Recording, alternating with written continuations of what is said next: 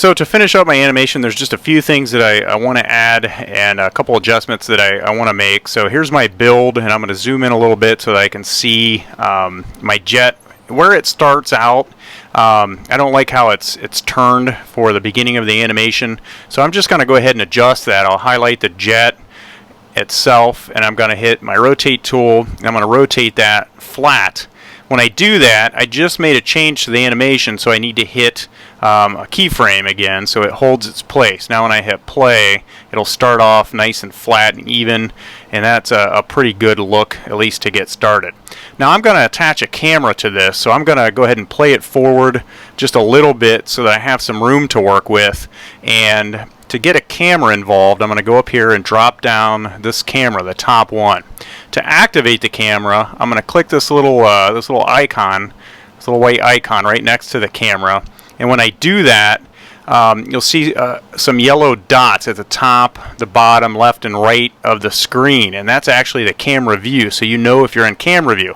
If I click that little white icon off, then I would be out of camera view.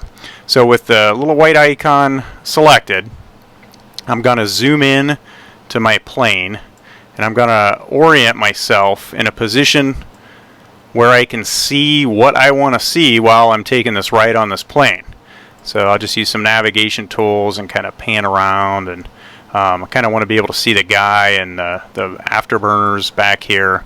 So I'm just going to move this over a little bit, maybe go to the side of it, and this way I'll be able to see everything that I want to see while I'm kind of following along this plane.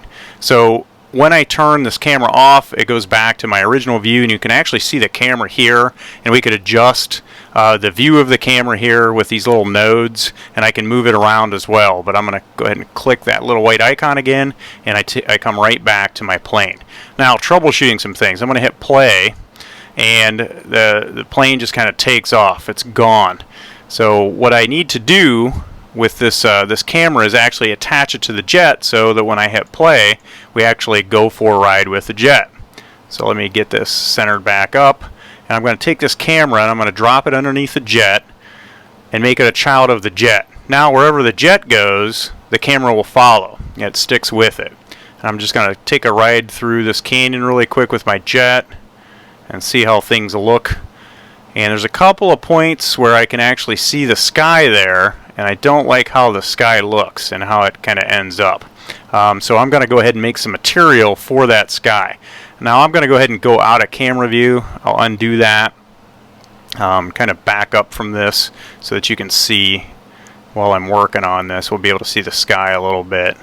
Okay, so I'm going to go down here in the Material Manager, double click, and make some new material. I'll double click that material, and I'll pull up my editor. Now I'm going to go into the color, and I'm going to add a gradient to the sky. And there's a couple of things I need to do rather than just picking a color up here. I'm going to go to this texture drop down, this little arrow here, and I'm going to go down and I'm going to select gradient. And when I do that, you'll be able to see a preview of some gradient here underneath where it says texture. I'm going to double click that. And underneath these little sliders here, underneath where it says gradient, I'm going to click on those. Double click on those. Now this one I'm going to make a very, very light blue. Click OK. And I want this gradient to go from light blue to a darker blue. So I'll double click this one and I'll pick a darker blue. That looks pretty good. So there's a pretty big contrast. Now if I was to put this on the sky, the left side of the picture plane would be light and it would get darker across the horizon. But I don't want that, so I'm going to go ahead and switch the direction of that gradient. And just from common knowledge, we know that the sky is dark up top and it gets lighter as it goes down. So I'm going to leave it in this orientation, and when I drag that up onto my sky, you'll see that things will lighten quite a bit. So now when I'm going through my canyon, which we'll go back to it, and I'm flying through here, I'll be able to see the sky as a nice blue. And there's a couple of points where I can see that. And I think I'm going to adjust this camera just a little bit more so I can see a little bit more of the sky. So I'm going to go back to this first frame here, and with my camera selected, I'm just going to go ahead and adjust it a bit. And actually, I'm going to run this jet forward a little bit so that I can orient myself a little bit better with that camera. So I'm just going to move my scrubber a little bit, go back into that camera view and make the adjustment from here. So I'll back up a little bit. I'm going to pull this down and pan up just a touch. Now I'm about at the plane level and I'll be able to see a little bit more of the sky. So let's run this through again and make a couple more adjustments. I noticed when the plane started out there, it looked like I kind of went through a canyon wall. So I'm going to click that camera off and zoom in, and it looks like I hit this little ridge here. So I can do one of a few things. I can select that little ridge and I can push it down, or I can pull my spline up. So in this case, I'm just going to go ahead and grab the spline. Let's grab that spline again and create another node.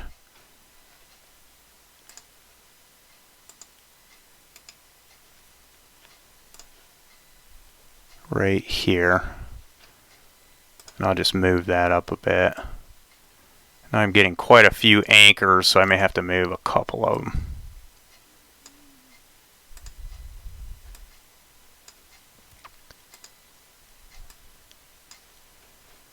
And I'm going to go ahead and scrub forward a little bit. And I'll work in this mode, and we can always go back and check out the view with the camera. It looks like I hit the canyon here as well. So another way to remedy that is to actually go to the canyon itself, highlight it, and go back into poly mode, and we can push these polys down. We can either do an extrude or just select them and push those things back, which in this case that looks like that's going to be a little bit easier to do. So I just grabbed a poly, and with your move tool selected, you can just go ahead and push those back and kind of get them out of the way. So I'm just going to zoom out again, scrub forward a touch, and it looks like I might hit something here. Yeah, I'm hitting the sidewall here too, so I'll just select that and push it back.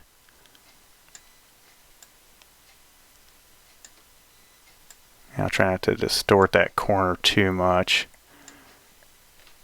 But during the animation, it doesn't look like I'd be able to see that anyway. And that's kind of cool that that barely clears that cliff, but it does. And scrubbing forward, it looks like I clear the next one. And the rest of the path looks pretty decent.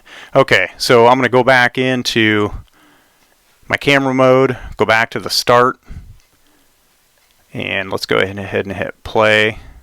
And it pulls me through another back section of the canyon at the beginning of the animation. So I'm just going to click that off again and go back and make that adjustment. And I don't have to change my viewport at all, my work screen. Since I have that camera attached, it's pretty much good to go. So I'll select some of these polys and just kind of push them back just to get those things out of the way. Let me go back to the camera view, and looks like I'm close.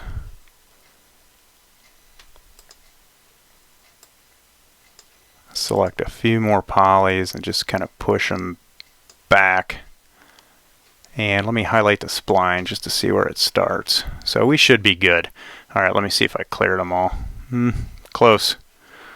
Close, but not quite. So again, with the canyon selected, let's turn that on, and there we go. All right, one last hurrah through here. And it looks like I still am dipping through part of the canyon in the back. But I think that's just the camera getting stuck back there because the plane's actually clearing everything. So I'll just go out of my camera view, and actually I'm going to pull into a little bit tighter view. That way the camera should be in a little bit better position. So I hit play. And one last time, kind of ride through and see how things look. And I got a couple more issues. It looks like we hit the canyon wall back there just a little bit. I like these reflections that I'm getting on it though. I can see my guy, so yeah, I'm good with this. Okay, so let's talk about rendering. So we've got this scene finished. You're going to go up into your render settings, and for the renderer, we're just going to use the standard renderer. For the output, make sure you click, instead of current frames, select all frames. This is an animation, so we want all those frames rendered out. For save, instead of a TIFF, we're going to go down to a MOV. We're going to make this a movie, and go ahead and turn on ambient occlusion and global illumination. You can find those in effects. So again, that's global illumination and ambient occlusion in effects. And then we're just going to render this thing either to the render server, or you can render it to your picture viewer if you don't have a designated server. So I'll go ahead and hit render. And this is going to take some time. It's going to render out 300 frames. So our render is finished. We have all 300 frames rendered out. I'll just go ahead and hit play for a quick preview.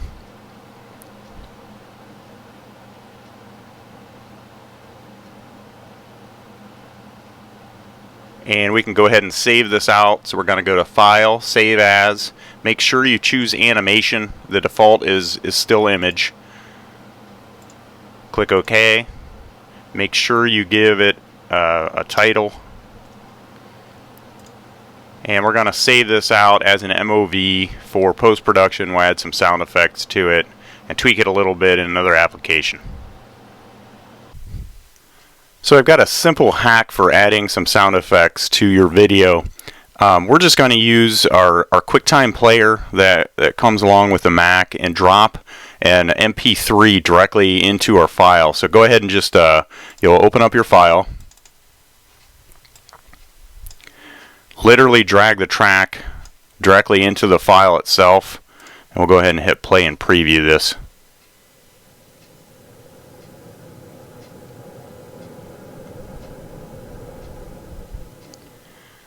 And if we want to cut the clip up and add any other special effects, we can use After Effects or iMovie and do the exact same thing.